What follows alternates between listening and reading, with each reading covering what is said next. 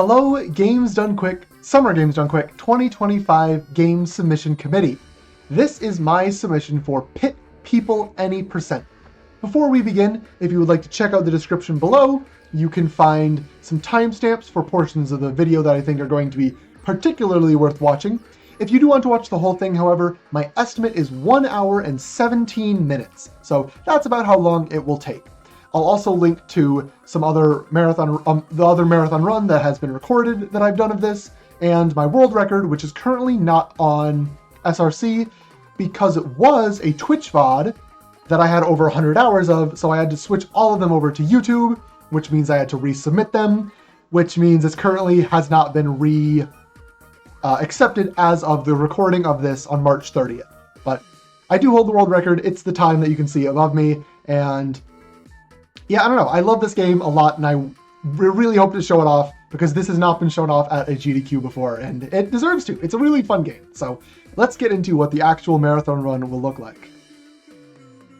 Good morning, good evening, good afternoon, good time zone to all of my GDQ friends. Welcome to Pit People Any %. This is a very silly, goofy, I was turning it into Sufi because why not? It's a very Sufi game. It's a top-down turn-based tactics game like Fire Emblem or XCOM, but made by the developers called the Behemoth. So if you've played the Behemoth's other games like Castle Crashers or Battle Block Theater, you know what some of their goofy style is. If you don't know yet, let me introduce you.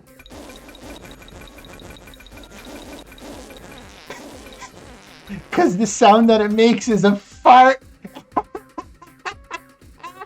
For GDQ, this game does also feature gore, as you can see, but this can be very easily turned off. It turns all the blood into sweat and the bones into flowers. I'm going to play with it on just to show you what it's like, but this can be easily turned off at your discretion. Yeah.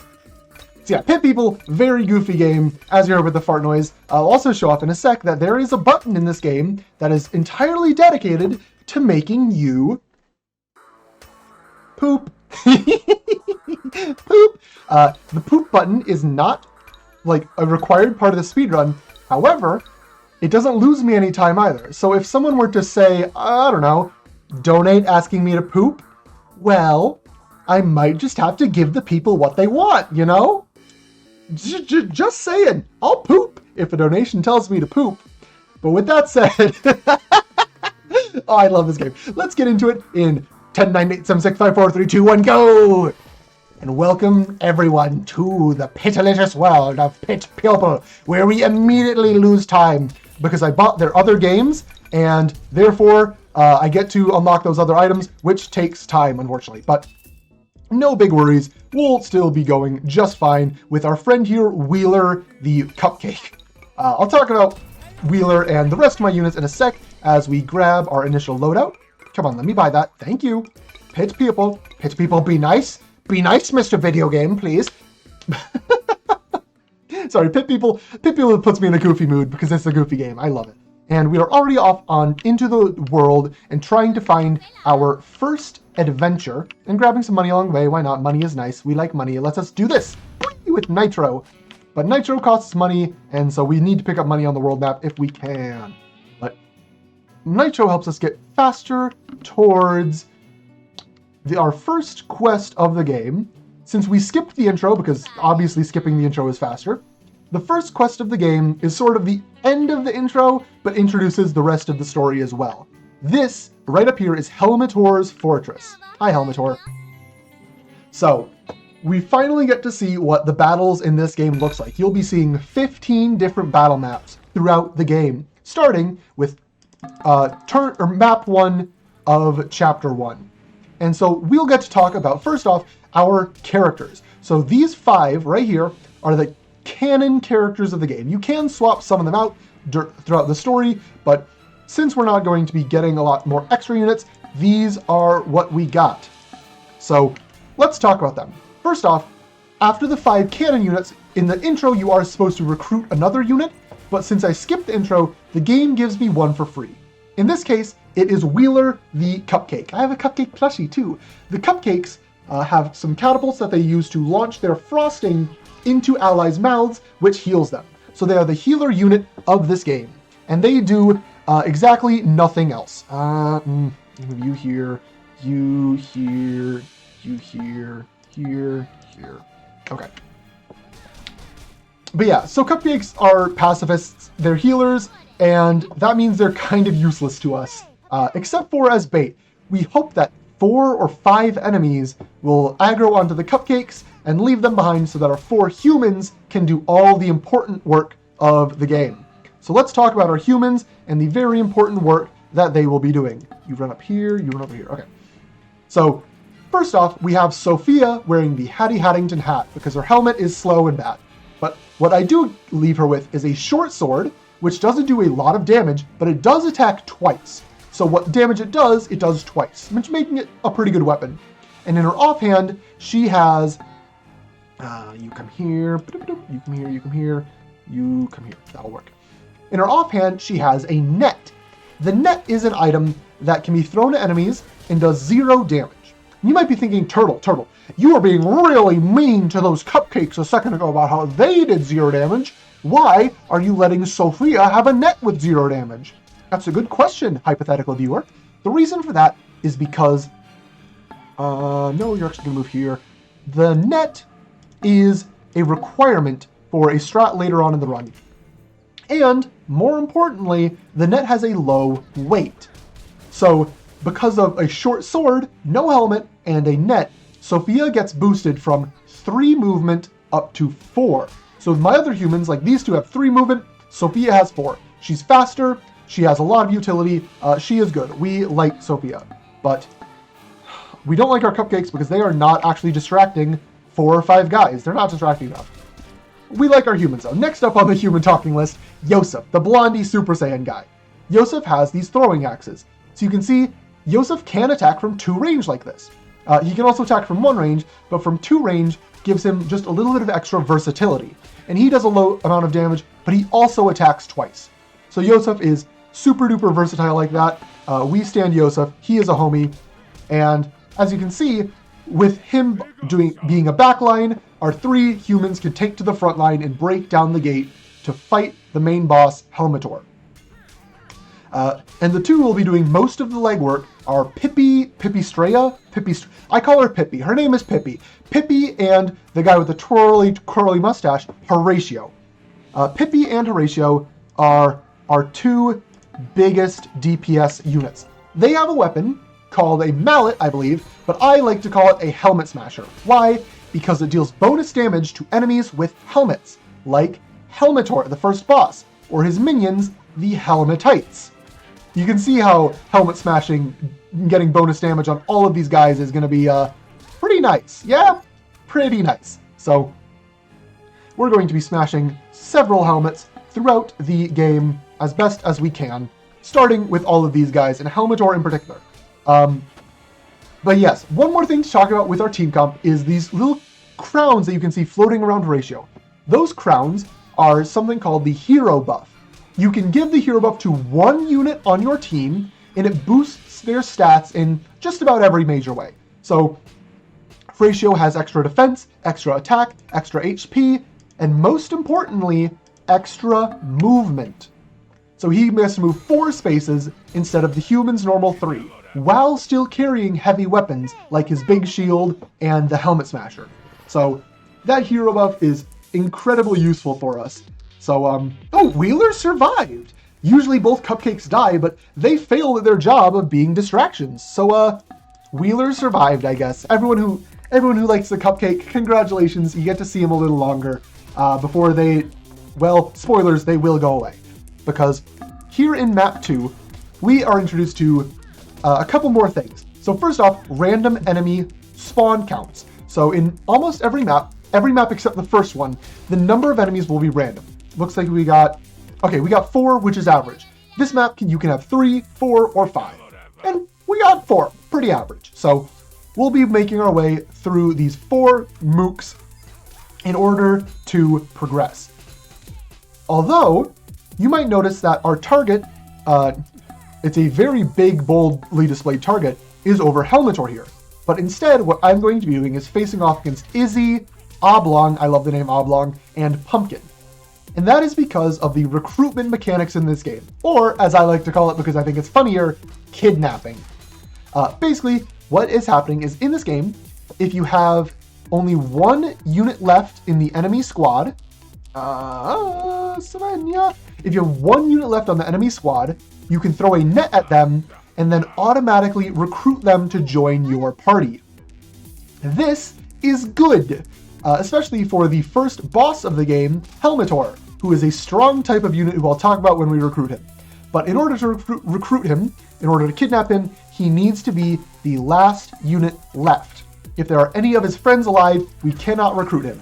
So we have to take out Izzy, Oblong, and Pumpkin first. That is going to be my goal. And while we do that, let's talk about targeting, something very, very important to playing Pit People successfully. So if you've played something like, you move down here, you move down here. We'll leave Izzy alone for a little bit, but if you've played something like Fire Emblem or XCOM, you know that you get to move your unit and then choose who they attack, sometimes with what weapon or what skill. In Pit People, I am not getting to do that. Not at all. I only get to move my units. I don't get to choose who they attack, or in what order, or anything else. So, the way units choose who they attack is based on RNG. However, I can manipulate this. So for example, if a unit is standing next to one enemy, like I'm going to position Yosef right here next to one enemy, that means Yosef is guaranteed to target that one enemy. But for Sophia here, who's standing next to two enemies, she has a 50% chance to target Izzy and a 50% chance to target Oblong. If you're standing next to three enemies, you can probably figure out that you have a 33% chance to attack one, 33% chance to attack the next, etc., etc. You know how numbers work, dear viewer. You're a beautiful person, obviously, who has, math skills. But the gist of Pit People speedrunning is that we try and manipulate the RNG as much in our favor. So, hold on. We might be able to finish off this turn, since all three of them are now guaranteed to attack Izzy, and take Izzy out, leaving only Helmetor left, which means we throw a net at him and recruit him. There we go, Helmetor joins the squad of justice! Despite formerly being an evildoer, one single cage has made him reform his ways and join the side of justice! I was holding click. I don't know why the game didn't skip the cutscene, but that is Chapter 1 completed. Let's talk quickly about Helmetor. So, Helmetor is a Cyclops, and a type unit with two downsides. One, they cost 2 spaces, but that's not really a downside for us because we wanted to get rid of our cupcakes anyways. So, him costing 2 spaces just means we get to get rid of both cupcakes. We say bye to Cupcake. Bye! Trying to wiggle the arm in the camera. Bye, Cupcake. And so yeah, we don't get to see them ever again. They're gone, and we don't have to worry about them. But the big downside to Helmetor, the one that actually does matter, is that Cyclopses have only 2 base movement. Cyclopses are very, very, very, very, very slow. So he will have a quite hard time keeping up with the rest of the team on some of the longer maps, which, not great, but, you take what you can get sometimes. We need to go down through here. But that means he often has more of a role where he sits back on the back lines and sort of deals with enemies. A lot like the Cupcakes, who were dealing with enemies on the back line, except Helmetor can actually punch them to death. Because Helmetor and Cyclopses have a lot of health, a lot of defense, and a lot of damage. So he is a bruiser. And we'll see that in this map here at Treat Retreat Retirement Home. While I progress through this map, defeating all the enemies, we'll talk about why I'm here. In the intro that we skipped, Horatio's son Hansel was kidnapped by a giant space bear. And that's bad. We want to go save his son. So, we need a spaceship, but we kind of destroyed one in the last cutscene. Oopsie daisy. So, we need a new one. And the only way we can get a new one is via Yosef's other eyeball. Yosef is a demi-cyclops, which means he has one eyeball in his face and one eyeball that is psychic and can predict the future or something. But Yosef lost his other eye, his psychic eye. He doesn't know where it is. And his friend is the only one who knows where it is. But his friend is not with us right now. His friend is in the Bloodbath Lagoon. And in order to get into the Bloodbath Lagoon, we need a golden ticket, And the last golden ticket was taken by this guy, Jerkimedes. So we go, hey, Jerkimedes, what do you want us to do? What sort of quest will we have to do to get this golden ticket? And he goes, I don't know. How about you murder an old people home full of cupcakes? So that is why we are here.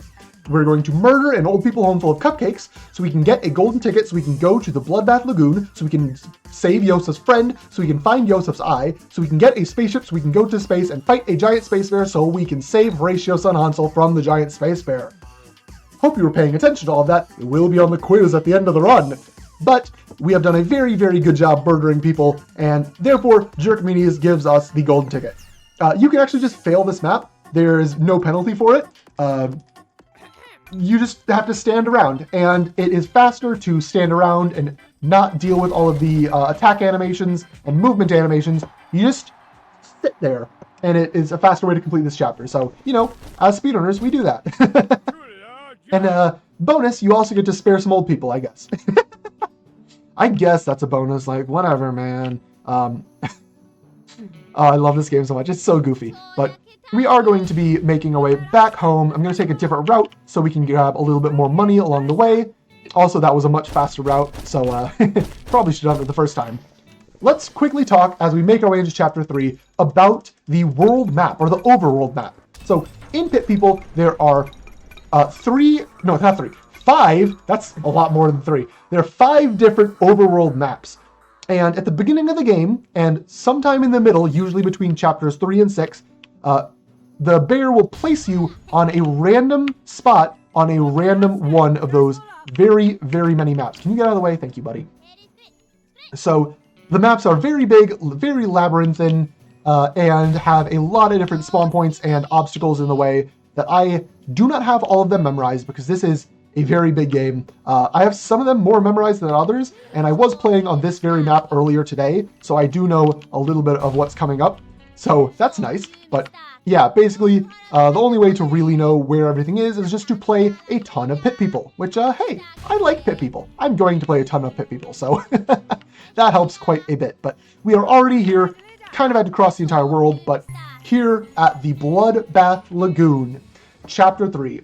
How does a train eat? It choo-choos! I love this game. I love this game. That's a loading screen. The loading screen just have dumb puns in them.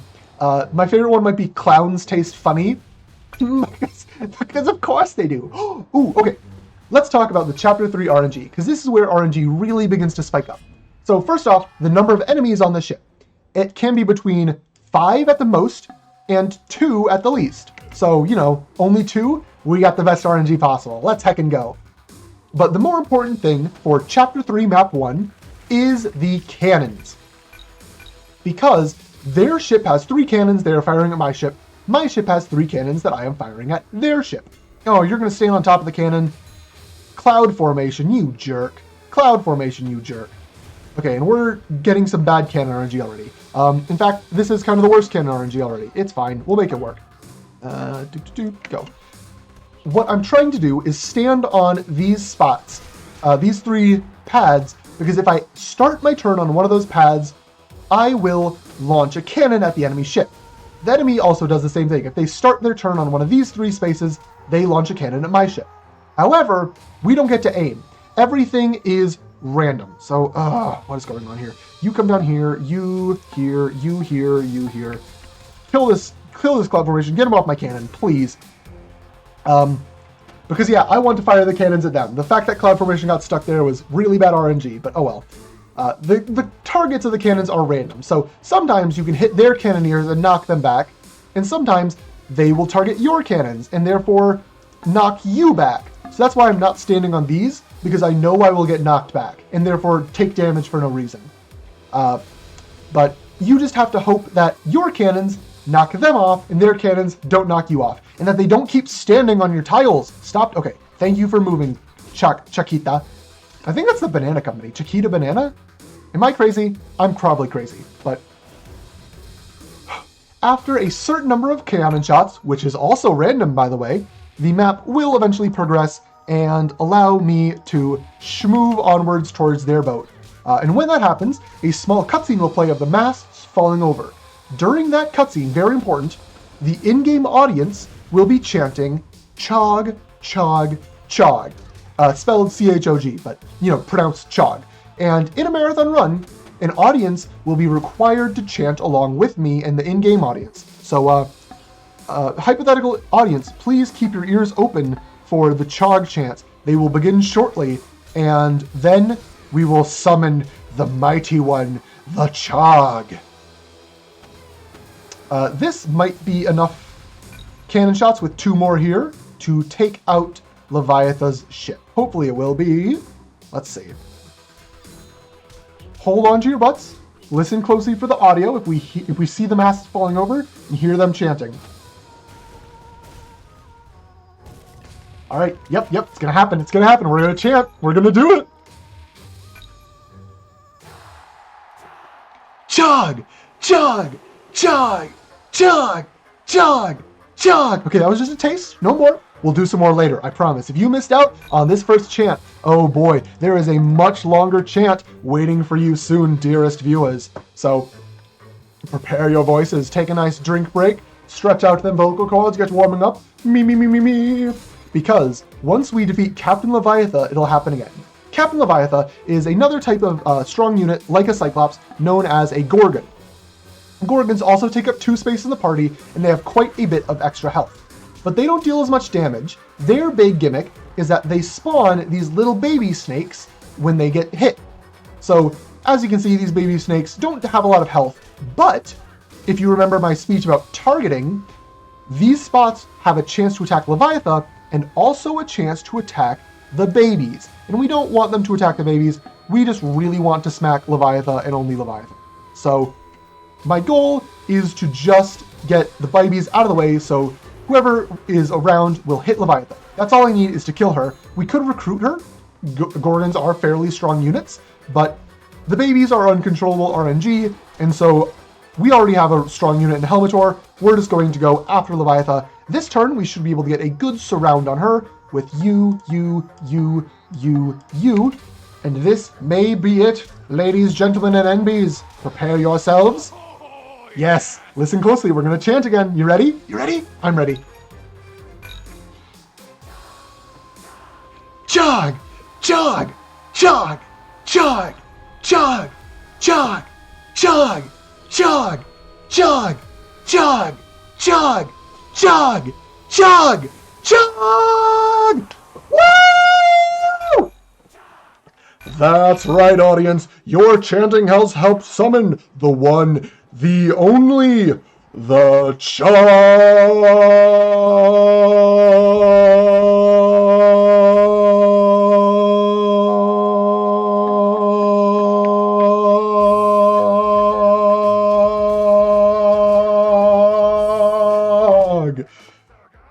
I love this game so much. So yeah, this is Chog, and the little guy in his mouth is Uvulor. Chog is not Yosef's friend, as cool as that would be, but the friend we came here to see is Uvulor. So, he's not cooperating. He's being a little stinky stinker right now. But, with the power of friendship and incredible violence, we can get him to tell us where Yosef's eye is. So the strategy for this map is that our 4 humans will make their way forward. Because if the 4 humans all attack a tentacle, they have a very high chance, like 95% chance, to take out that tentacle. It's only really bad damage rolls that'll prevent it. So the 4 humans will be blitzing forward. Meanwhile, slow but steady Helmetor will be sitting in the back and dealing with the worst enemy type in the game, which is not the tentacle that's about to come out. Can you tell I've played this game a couple times? I kind of know when things are going to happen, but these guys who are about to spawn. Come on, game. There we go. I'm talking too fast. I'm speedrunning the commentary. Wowzers! These are Octoclopses. Octoclopses are, again, the worst enemy type in the game. We hate them so much. They are stinky fart idiots. They do not have a lot of health. They do not deal a lot of damage. But what they do have is status effects. They have 2 different status effects that they can inflict on our units. Not conflict, inflict on our units. So, okay, we didn't get one there, good. But let's talk about what both of those are, because some of them will be important later on. Sneaky, spoiler, suspicion. But the first status effect is confusion. You'll know a unit is confused when it has a blue and red question mark flipping back and forth in front of it. That confusion status effect means that it can target its own allies to attack. So if it's standing next to an ally, it might attack the ally instead of an enemy. Like Sophia right here will normally attack the tentacle, but if she's confused, she might attack Horatio or Yosef. It's a bad time. You don't want to see confusion happen, but sometimes pit people can just pit people, you know?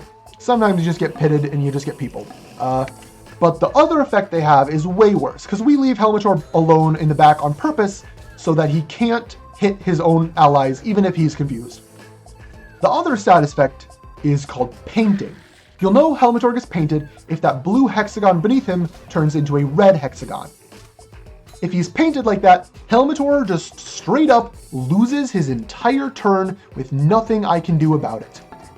It is sad and bad, and it makes me mad, but he just can't, he turns into an enemy basically, and I can't control the enemies, so he doesn't move, he doesn't attack. Yeah. We haven't seen it yet, so far, and we hopefully will not see it, so far. Cross all of your fingers. I don't have any more, I'm crossing my fingers on the mouse too, but audience, please cross your fingers for me. We do not want to see painting. And now, as we get through the 4 tentacles, we get into the final portion of this map, which is Chog himself. So, in order to get Uvulor to come out, stop being a coward, and tell us where Yosef's eye is, we are going to use the power of incredible violence. And that means we need to attack him. So, while he's hiding, what we do is we send our humans forward, and they will smack Chog on his big, meaty jowls, just like this. And once Chog has taken enough, he'll open his mouth and go, "Bleh." That leaves Uvulor exposed. And so we have 1 turn to deal as much damage as we want to Uvulor. And after that, Uvulor will retreat right back into the jaws of Jaws. So you move here, you move here, you move here. Yeah, that'll work. But yeah, we find that annoying. So typically, that is a cycle. When Uvulor goes back into Chog's mouth, that is a Chog cycle. We typically want to get through Chog in 3 Chog cycles. And if we have all 4 of our humans attacking Uvulor, that is highly, highly likely. Okay, we don't have Horatio able to reach this turn, so we are going to slightly delay just to make sure that we can get all of our homies into position for next turn. Because I really do want to get a 3 cycle. It takes an extra 2 or 3 turns each cycle, or 2 or 3 or 4 turns each cycle, so wasting it 1 turn to get into position is worth it. Because knockback in this game is entirely random. You have no idea where you're going to go, and it can just be unga bunga chaos at times. But we'll make our way, no matter what, and get all 4 humans to be attacking Chog, while Helmetor continues to clean up the mooks in the background. That is 1 Chog cycle down. But as I do the rest of the Chog cycles, something else I want to talk about is healing. So I did kind of remove my cupcakes. You get to see it 1 more time, I guess. Look at it, it's a cupcake, it's gone. Bye. It's gone forever. Cupcakes are the only healers in this game for most units, and I just kind of got rid of mine, so what gives? Well, the way we heal, we can still heal. The way we heal is by leveling up. So you see there, when units get kills, they get EXP, and also when they attack things, they get a smaller amount of EXP. So by repeatedly attacking and getting extra kills on a unit, that unit can level up and get fully healed. The level up doesn't even give them all that much stats, believe it or not. We're going to do another turn delay. That's unfortunate that Pippi got painted, otherwise she would be up in the battlefield with the boys. And girls. Sophia's also a girl, but we're just going to delay a turn just to make super sure that she can catch up. Unfortunately, Sophia didn't get a kill and therefore didn't get a level up. Hopefully her evasion is high enough. No, it is not. So we are down 1 woman, 07 Sophia, but she'll be back. Don't worry too much. And we can still get a 3 Chog cycle because our 2 biggest damage dealers are still on the case. So, yeah, if it looks like I'm sending a unit who's in low health into more danger, it's to try and get them to level up, which will get them to full health. And it'd be very good, you know. We like good things happen to our units. But that is about it for the stuff I want to talk about during this chapter. So in a hypothetical marathon run, this would be a great time for a host to take over and say whatever words they would like, while I rest my voice after having been talking for 30 straight minutes. So I'm going to do that and rest my voice. You'll know that the resting of the voice is over when Uvulor goes, "Ah!" So host, you got 30 seconds to a minute. Go.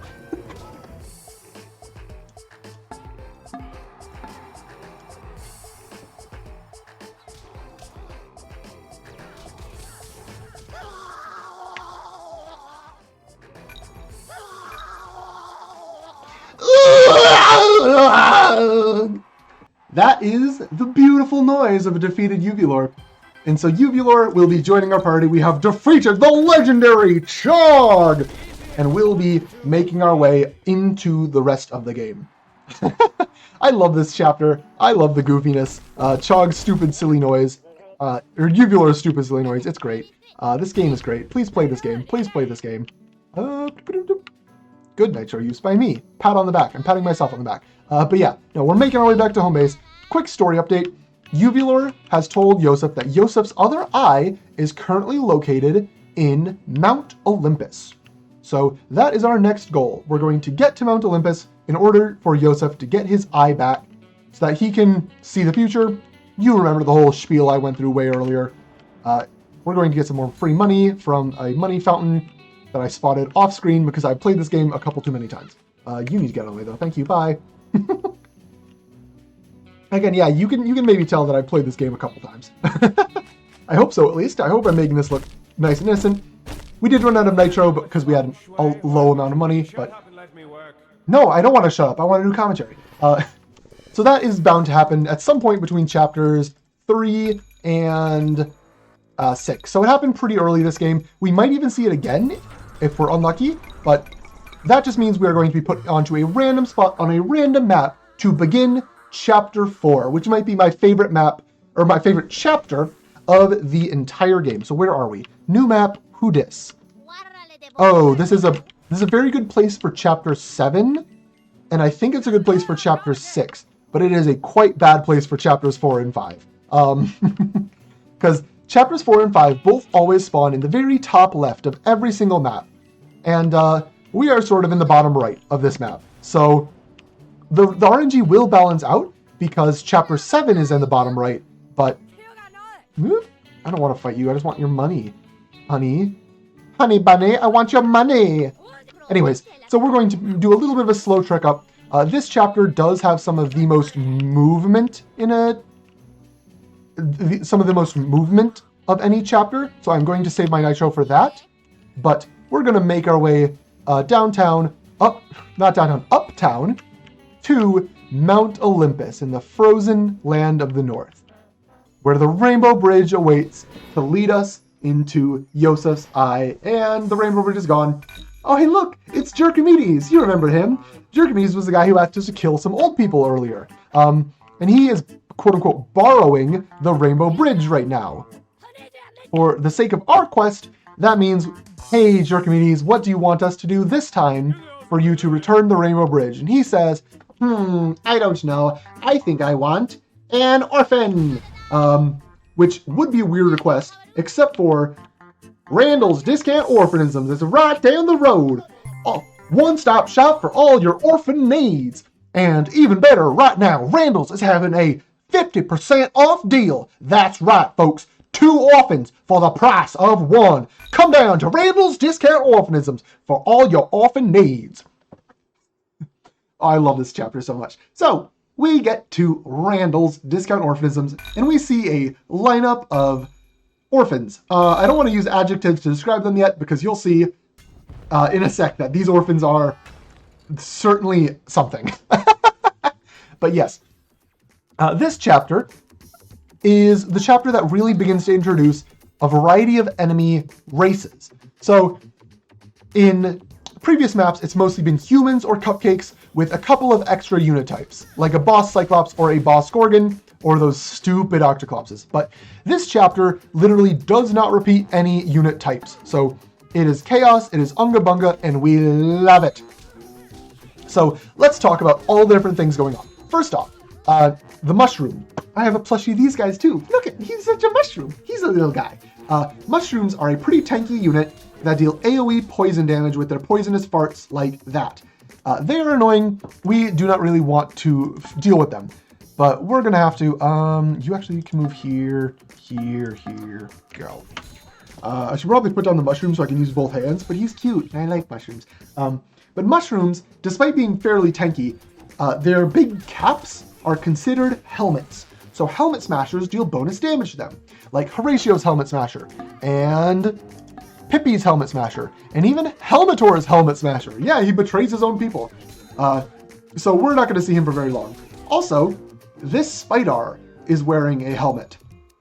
And Spidars are a Mountie class. As you can see, Spidar has a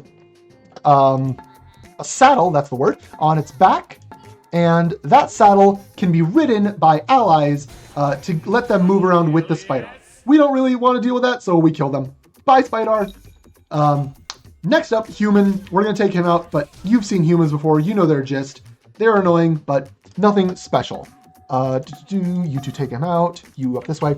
Lastly, or not lastly, but lastly that we're going to kill is this robot.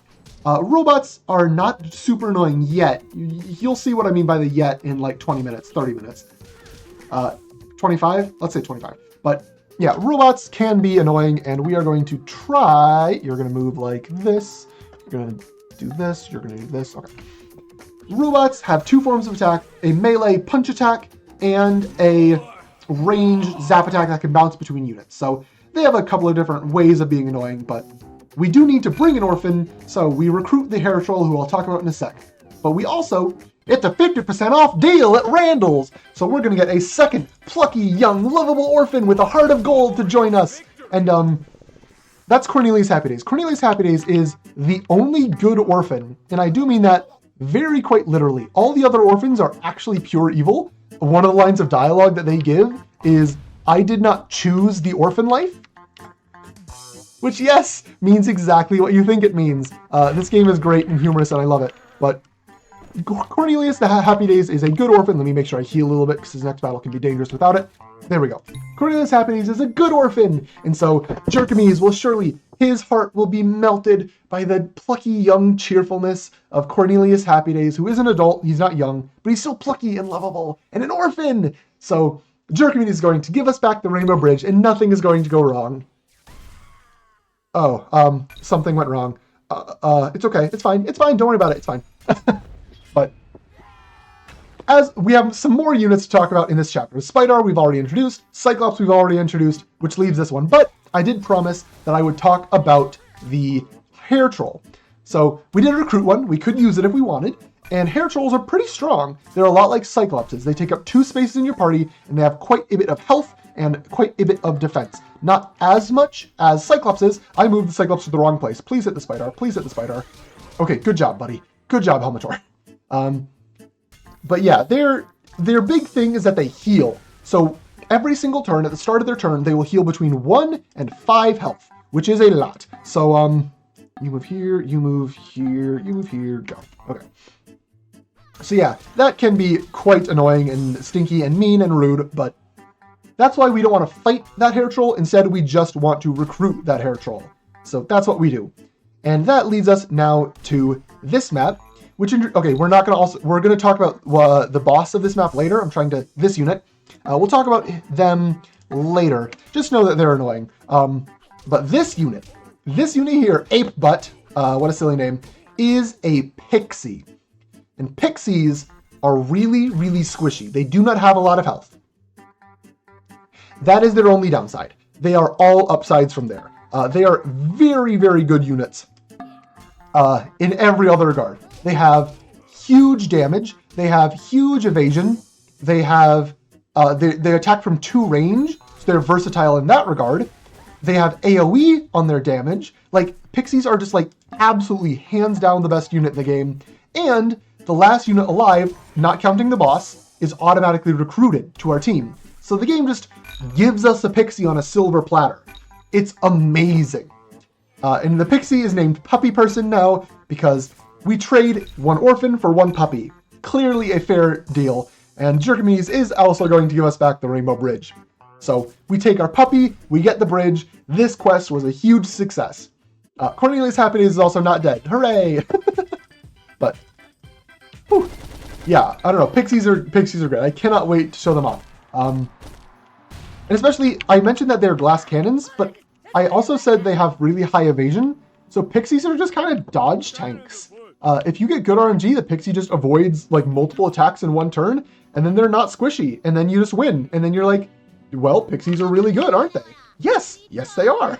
yes, they are. So we'll be maining Pixie for the rest of the game. Hi, can you not get in my way? I just want your money. Thank you for your money, friend.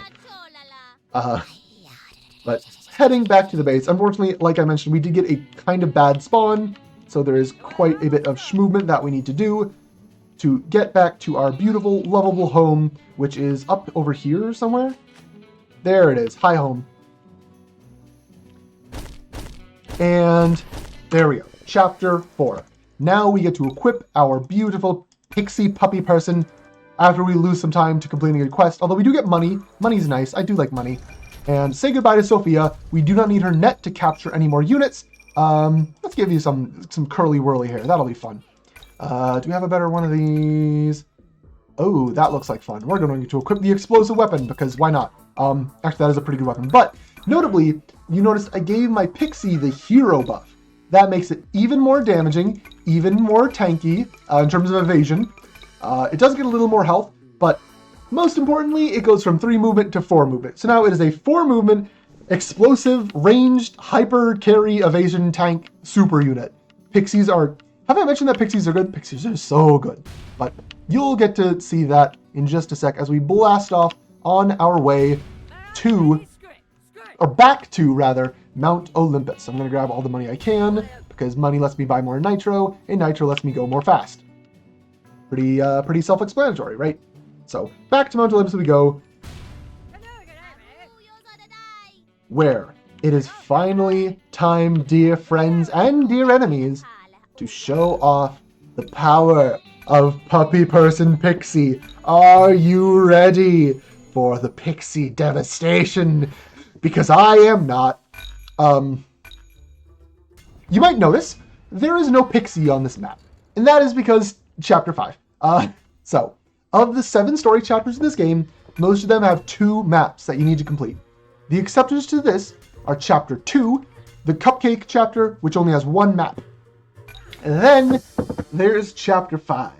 Chapter 5 has not 1, not 2, not 3, not 5, but 4 whole maps that I need to complete in order to finish this chapter. It's really long, and the reason why is because the first 3 maps of the chapter are stealth maps. These are basically auto-scrollers with almost no RNG. Now you might be thinking, Turtle, hold on. No RNG? Speedrunners typically like when there's low RNG, because then they can make plans that actually work. And for most speedruns, yes, you would be correct, but not for pit people. In my opinion, what makes pit people speedrunning so much fun is the chaos, the unga bunga, the randomness, and all that fun stuff. I often have to reroute and figure out new plans on the fly just based on how many enemies spawn, what types of enemies spawn, what equipment they have, what weapon effects they get. All this stuff, it's almost sort of like a randomizer or a roguelite in a way, where each run is a little bit different. Despite having the same base, everything happens differently every time, and that makes it, I don't know, it's just such a good speed game because of that. But this chapter is not that. It is an auto-scroller, it's fixed. I've done it the same way dozens of times, and so that means, in a marathon setting, this is a great time for a host to say whatever words they would like up until Yosef gets hit or dodges a laser.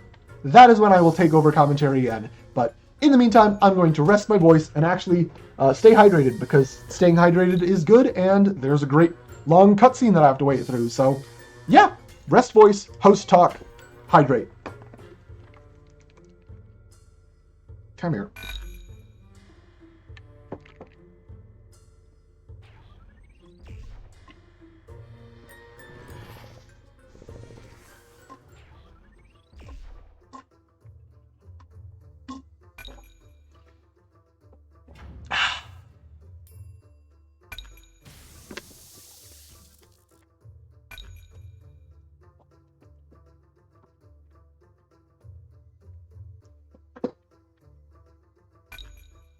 Also, while I have your attention, Rainbow Horse. I have this plushie too. We don't see a Rainbow Horse in the speedrun until the very end, where there's like a 30 or so % chance one spawns. So I don't get to show off the plush in the run, but hey, I have a Rainbow Horse plush. Look at its fat, stinky belly and its beautiful rainbow mane. Wow, how rainbow! We love it. But anyways. Oh no! 47 damage? Whatever will I do? One of the good things about Chapter 5 is that in between every map, Yosef is fully healed. So, we as speedrunners can just tank that laser to skip a cycle or two up above in the way that you're supposed to go, and make it down here to the other really good thing about the stealth maps, which is that the developers added this door. If you go into the door using the keycard from the first map, you can talk to Yoked the Gnome, who yeets you all the way to the end.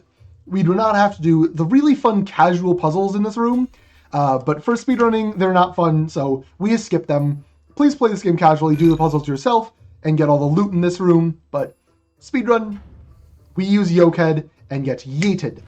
So, host, I'm sorry for interrupting, but you can take over again until an enemy spawns into this map. Go for it.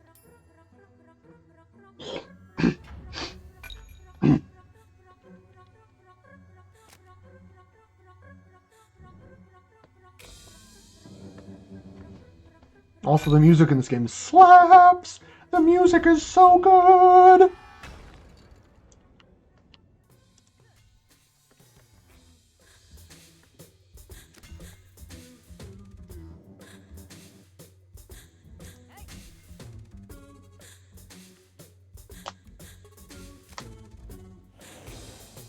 Alrighty, this is the Hall Minotaur, the one instance of RNG in these 3 auto-scroller maps.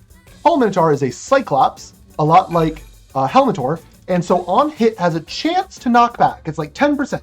We do not want it to happen, so Hall Minotaur, please play nice. Good job, buddy.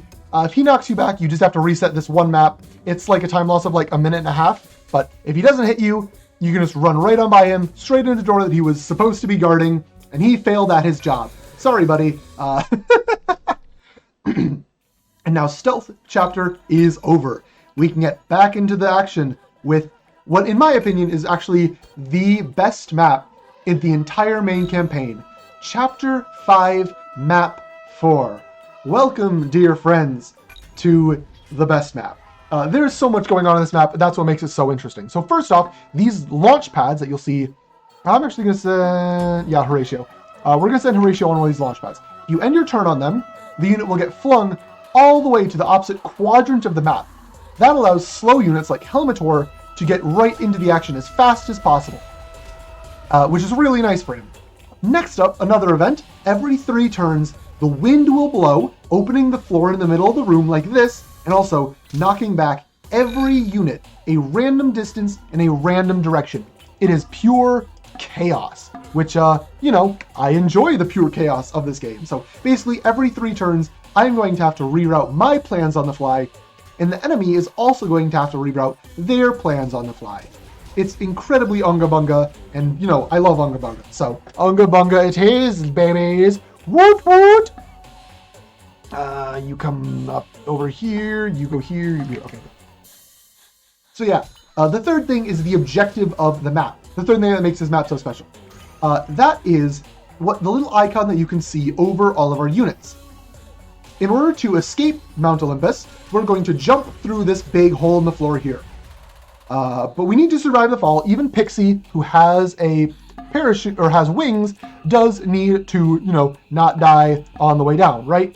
Luckily, OSHA does mandate that all employees who work in a workspace with an open hole in the floor like this must at all times wear a parachute. In addition, all units who are killed must also drop their parachute so that the person who killed them can pick up their parachute and use it for themselves. So basically, we are going to be killing as several enemy units and stealing their parachutes for ourselves. I basically need to kill any 5 enemies, walk over their parachutes. Oh, we got an infinite! We got an infinite! Ladies, gentlemen, and MBs of the jury, we got an infinite. This is a glitch. I do not know how it is triggered, but sometimes when a unit walks over a parachute, it just will not despawn from the ground, and you can actually send multiple units to grab the same parachute.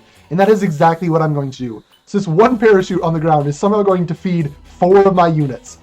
Don't question it. It's a glitch, but it's a very, very handy glitch. So you move there, you need to walk over that. There we go. So Yosef already picked it up, Pippi picks it up, Pixie picks it up, and there Horatio picks up, or Helmator picks up an extra one. All that's left is one different parachute for Horatio. And why not? We're going to give him the infinite one because I think it's funny. Put you on the launch pad to get you back towards the group. And then you guys just absolutely bum rush this here. No, actually, you need to stand there. Okay, there we go. Bum rush this nubbin. Well, we get the infinite parachute for a 4th time. Oh, hold on. Pippi didn't pick it up? What the heck? Okay, that's weird. I swear Pippi walked over it. You guys saw Pippi walk over it, right? Okay, yeah, the game might have a bug or two. Don't worry about it. We will get the wind effect, though. So we'll hope she lands near one. She does land near one. In fact, she lands near the infinite one, because of course she does. So we'll regroup our units over here, grab the infinite parachute for a 4th time, and we'll finally get to escape. Hold on, no we won't. There's one last challenge in store for us, and it is this giant floating baby head. So we do need to take out Marshall, the giant floating baby head, in order to open up the way down to the ground. So you move here, you get back, you come here. That ought to be enough damage to Marshall, the giant floating baby head, in order to knock him out of the sky and free us to fall all the way back down to our home below and finish Chapter 5. That was very fun. I'm so glad I got an early infinite parachute. I have no idea what causes that glitch, but it happened, and it worked, and it was good. So, hooray! Yay! We got Yosef's other eyeball, and in this cutscene, Yosef goes, okay, man, so I figured out where a spaceship is.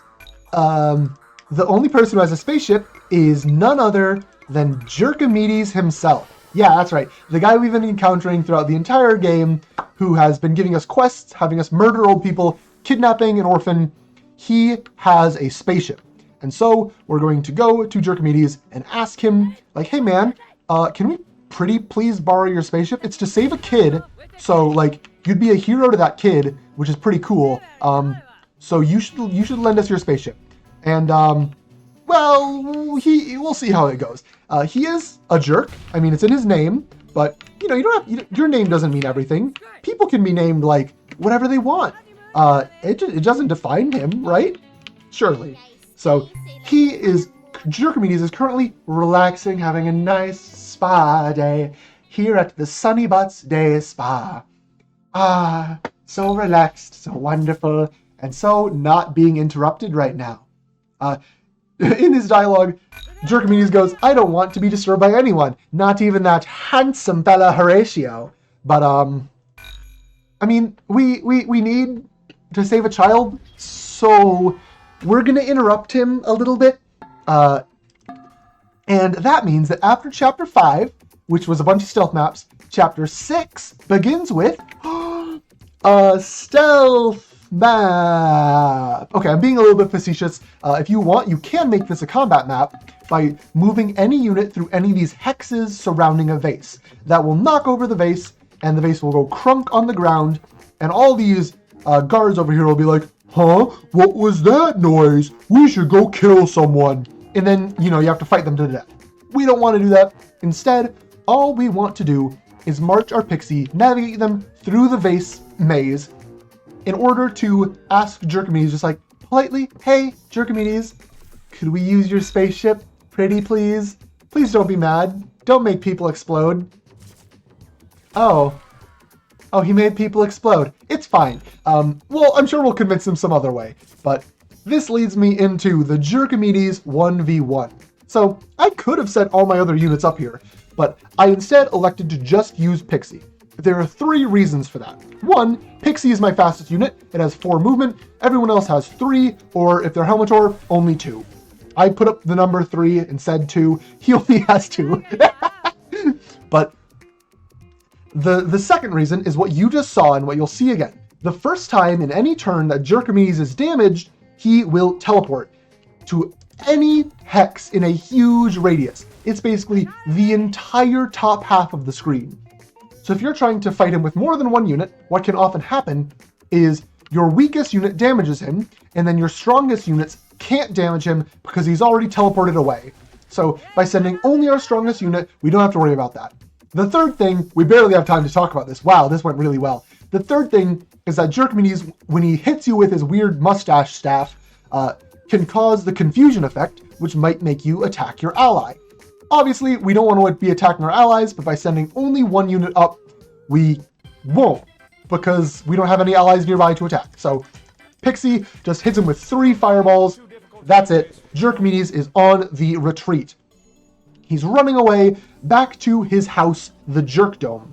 And we are going to, the heroes that we are, because we need to save a child, we're going to follow him to his home, and we're going to attack him in his home, and we're going to start breaking stuff in his home.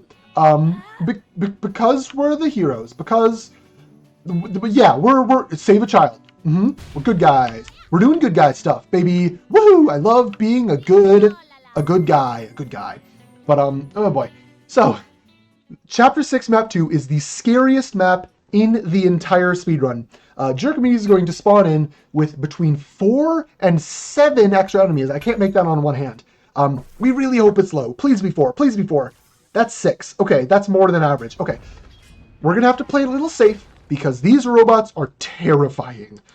Utterly, incomprehensibly terrifying.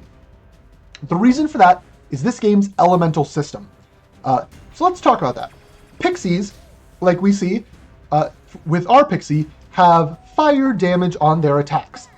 And that's super effective against fur-type enemies. So enemies with fur will take bonus damage from Pixie's fire. But robots have electricity damage, and that means they deal double damage to Pixies. Pixies are weak to electricity. So, yeah, Pixies can get absolutely obliterated by a group of robots surrounding them. That's why I'm trying to keep these two with the Pixie to help protect it. We'll see how well that works, but hopefully the Pixie can not take double damage from literally everything. Come on, game. Please be nice to me. You move here, and the trio of you keep on protecting the Pixie. Take out as many robots as possible. Okay, one more turn of robot attacking. No, he's going to warp away. Cool. The goal of this map, it happens in 3 waves. So in each wave, you have to bring Jerkmedes to half health or below, and then, half health or below for Jerkmedes, or you defeat half of his mooks rounded down. So 3 mooks when there are 6 or more, or half of his health. And we chose half of his health because I don't want to deal with all these robots. You do this, this is fine. This is fine. Everything's fine. We're going to actually put you here, here, here. This trio formation is actually a really good defensive way of dealing with the robots, because their chain lightning can't bounce around a triangle like this. But, back to the map. After we defeat half of the enemies or half of Jerkmedes' health, we have to destroy 4 of his machines, these consoles, in order to progress. So you go here, you go here. I actually want you to try and explode something and get a level up off of it maybe, or closer to a level up off it. Or a level up. There we go. Now Puppy is fully healed, and with phase 1 over, we're done with robots. No more robots for the rest of the game. Whew, huge sigh of relief. In the previous run I did, I had a this never happened before moment where Pixie was just continually stunned by robots over and over and over and over and over and over and over and over again, which was not good. But this time, with a little bit more tactical positioning, we do make it out. You're going to move here, you're going to come up here, you're going to do this, and you're going to stay there. So, wave 2, or phase 2, is humans. So, humans not nearly as scary as the robots. And so, I'm going to take what might be the final small rest for my voice during the run, and let the host, once again, the hypothetical host, take over with commentary until these 4 machines are destroyed, in which case I'll start blabbering again. Might happen pretty soon, actually, because we are getting good RNG here.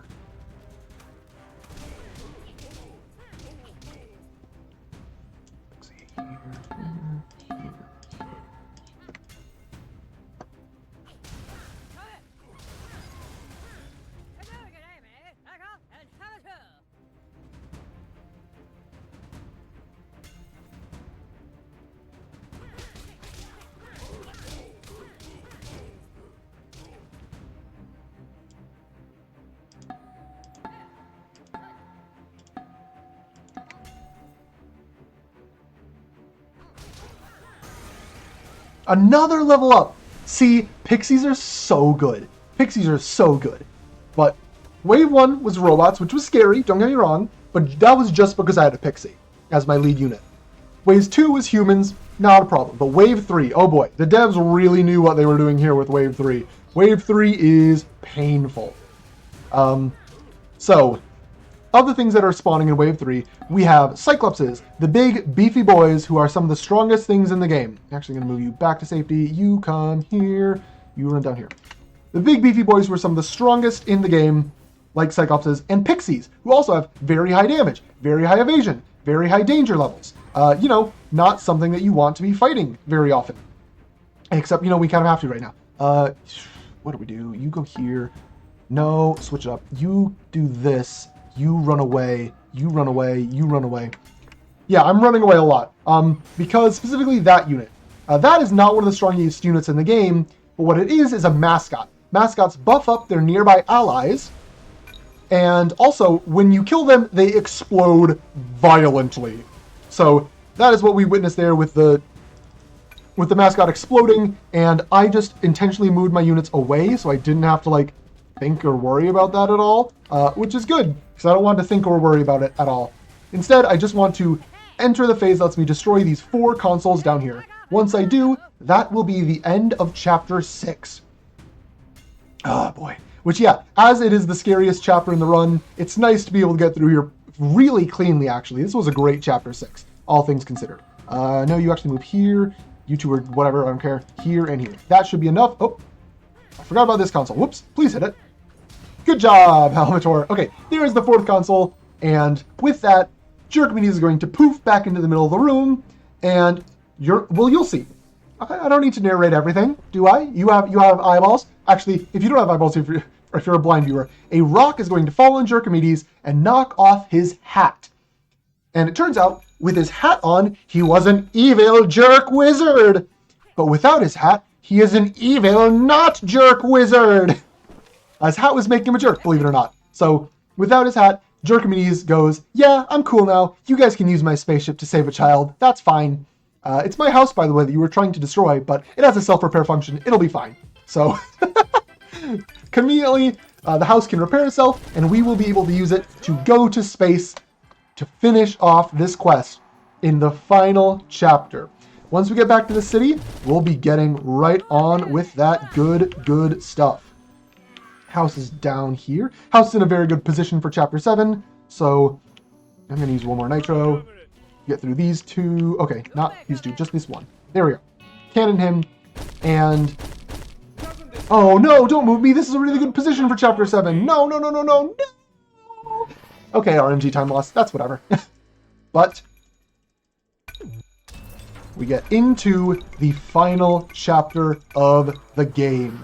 Chapter 7, The Bear. There's a plushie for them, too. Okay, this is a good spot, actually. This is a pretty good spot if I am thinking what I am thinking. Let me quick... Yeah, okay, this is fine. Especially if we're in the Tangled Woods portion of the map. Yep, okay. So it should just be 2 nitros right quick to get up to the end of the story. Yes, continue, please. Yes, continue. I'm clicking. There we go. I don't know why it wasn't registering my clicks. But with the Jerk Dome, the giant spaceship, and some Helmetites, who are our allies now, because we kidnapped Helmator, and some Chog bros, who are just like, yo, dude, you fought Chog? That's radical! We want to come help you! And so they are all going to come up in our final fight on the giant bear itself. So I'm going to put the plushie down, because we need to focus. Because Chapter 7, Map 1 is chaos. You can see all of these extra units in my party that are... They're NPCs. With the dark blue hexagons, I do not get to control them. They control themselves. And their AI is cowardice. They are so scared of enemies and fire and bear traps and danger. Please don't hurt me, please. But that is kind of counterintuitive to what my strategy is. Because my strategy is to unga bunga forwards, baby. Babykins, baby darling. So that is what we will be doing. We will be ungaing all of our bungas straight towards the final objective. But in the way is a bunch of fur. And so if you remember from, like, like 10, not 10, how does time work? Like 10 minutes ago, actually, when I mentioned the elemental system of this game, and I said something along the lines of, fairies deals damage that is super effective against fur. Oh yeah, I did say that. And this fur on the giant bear counts as flammable. This plush is probably also flammable, but there are no pixies in real life to set it on fire, we hope. But yeah, that means my entire strategy here is just to Unga and Bunga straight towards the ending with my pixie, who will be shooting AoE fire damage, exploding fireballs all over the bear's fur that's otherwise trying to blockade the path. So we'll send some of our humans up to go assist the pixie, but really the pixie needs to get up there and clear as much of this as possible as fast as possible. Usually the AI will try to body block me, and they still might, but if we get lucky, they'll not stand in all three of these spaces, and we can still wiggle around to keep on moving. What are you guys going to do? What are you going to do, AI? Okay, we'll still have a path forward. Phew! The AI really likes to body block you in this map, because the AI can walk through fur, and you as the player can't. So, the game is kind of mean in that way, but we're going to send you here, you step forward, you, we don't really want to stand in the explosions. I'll talk about what those are actually right now. So these are hair bombs. Every single fur you destroy has a chance to deploy a hair bomb, and after one turn, those bombs will go off and deal like 50 damage to everything, every tile around it. They are very, very dangerous, and so we do need to avoid them at pretty much all costs. So luckily, they do destroy fur as well. So if you destroy if the first fur you destroy has a bomb in it, it will very quickly destroy the second fur and the third fur and everything else in the area. So that can be nice, but not always going to happen. Sometimes you get lucky bombs and sometimes you don't. But our pixie is already up here and starting the final assault on the fur before the star.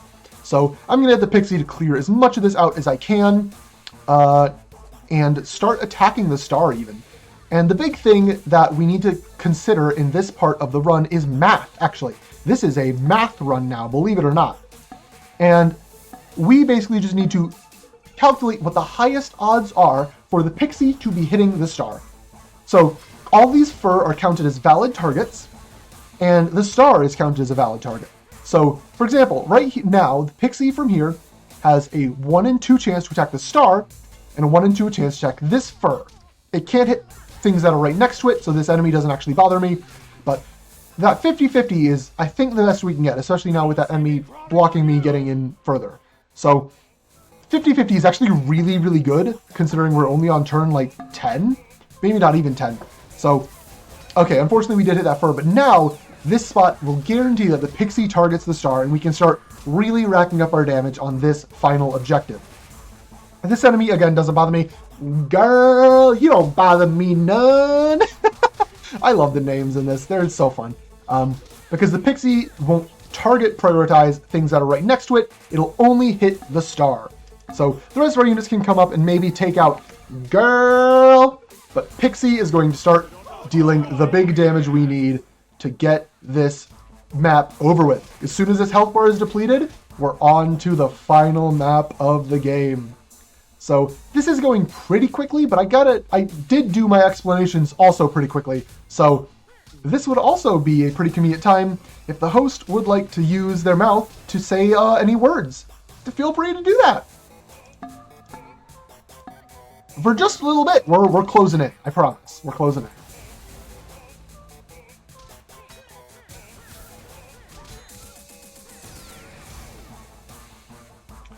Girl, you just got obliterated, girl. One more turn. One more dawn. One more day. One day more. There we go. So, we now get to the final map of this speedrun. We're already here and ready to end out with 7-2. So, nicely, in between the maps, all of our alive units get fully healed. If your units do die, they stay dead. So, was making sure to protect my units, but nothing really went awry that last map. And so here we are, map 7, chapter 2. Hey, we do get a rainbow horse. Look at that, a rainbow horse. There's only like a 30% chance that a rainbow horse spawns on this map. So yeah, we got lucky. We got a rainbow. Hooray! Hooray! A rainbow in the sky, except it's purple, not rainbow, but whatever. So yeah, map 7-2. We lose all of our allies, but that is a-okay with me because those guys were super unreliable to begin with. But to make up for it, the game is going to do something that is really helpful. And let me move you here, you come up here. There we go. And I'm specifically positioning a couple of my units to bait these enemies out and to stand in certain positions. If they do, we'll get to see some magic happen at the start of the next turn. Yep. Oh, yep. You guys are all standing in the positions. At least 3 of the enemies are, which is like most of them. So, at the start of turn 3, something is going to happen that is very, very helpful to us progressing through. And that is... Oh, that's a bomb. Okay, that's an annoying bomb, actually, but... The lawnmowers. So, the enemies... More enemies spawn, reinforcements. We don't care. We're not going to fight them. But these will knock all enemies out of some specific paths, and they also remove all fur from those paths. So right now there are 2 straight shots to continue on in the game. And Horatio can run up through here. Yosef and Helmator cannot, but Pixie can also run up the top path. So we have 2 units with explosive AoE fire damage running, blitzing, unga-bungaing straight for the end game. Where did Yosef go? Yosef, why are you back here? Whatever. Yeah, 2 units unga-bungaing for the final star. But the game is a little bit lying right now. We don't need to hit this. We just need to hit this one final fur. So if our Pixie can get a good AoE explosion, it can one-shot this fur and give us the ending sequence that we need. So, cross your fingers and hold on to your pants. I was going to say hold on to your butts, and then I was going to say buckle your pants, but then I completely butchered it, Lamau. Buckle your pants, children, for it's about to get quite toasty.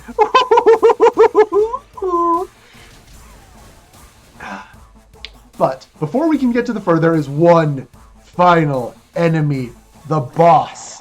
The final boss of this game, who is Ursa Major. Ursa Major is a type of unit called a Troll Mom. They are raid bosses, basically. They are extremely tanky. They deal extremely... Well, they don't deal extremely high damage, but they are big. They have the ability to summon a minion every single turn, like you see with this minion up here. Radman, that's a cool name. That's a rad name, man. But yeah, and they also take up 3 spaces. So they are the big raid boss. But Troll Moms are made out of fur. And if you remember, fairies deal fire damage strong against fur, and also AoE fire damage. So this big raid boss absolutely melts to Pixies, which is why Pixies are even better when it comes to this final chapter of the game. But we don't hope that the Pixie takes it out. We just want the Pixie to hit this. Yes! Yes! Yes! That was a 1 in 3 chance, and we got it! Heck yeah, we're awesome. It's a bomb! Hooray! Voldemort, Voldemort, oh, Voldemort, Voldemort. Wah, wah, wah, wah, wah. It's Horatio. Decade-old memes aside, what happened in the cutscene that we skipped is that the bear explodes and gets very, very angry. Rah! And uses Hattie Haddington to destroy everything with his head laser. It all makes sense in context, don't worry. It all makes sense now. But everyone dies except Horatio, who reunites with his son, and then the Speckled Horse, this character in the loading screens, who has the power to grant wishes. Ooh, it's pretty spicy ability. And so Horatio wishes to go back in time through this section, the intro, and use his foreknowledge to rescue all of his friends and stop his son from getting kidnapped, and everyone lives happily ever after. Time is 3, 2, 1, now. Die. 112 is very strong. So yeah, that is Pit People Any Percent. This is a wild, silly, goofy, amazing run of a game. I love it with all my heart. It's so much fun. it's again, it's like there's the randomizer aspects or roguelike aspects where you have to route on the fly, come up with new strats every time, and it's just amazing. I love this game so much. I am the only active runner of it, but I would really love if more people play this game. I did write a guide on it. I'm working on making maps for all the overworld maps for it. I'm currently routing New Game Plus, where you can just use 5 pixies in the final chapter. I also I think this game would make for a really good bingo game. Let's go bingo. So yeah, I think there's a lot of potential in Pit People that is being missed.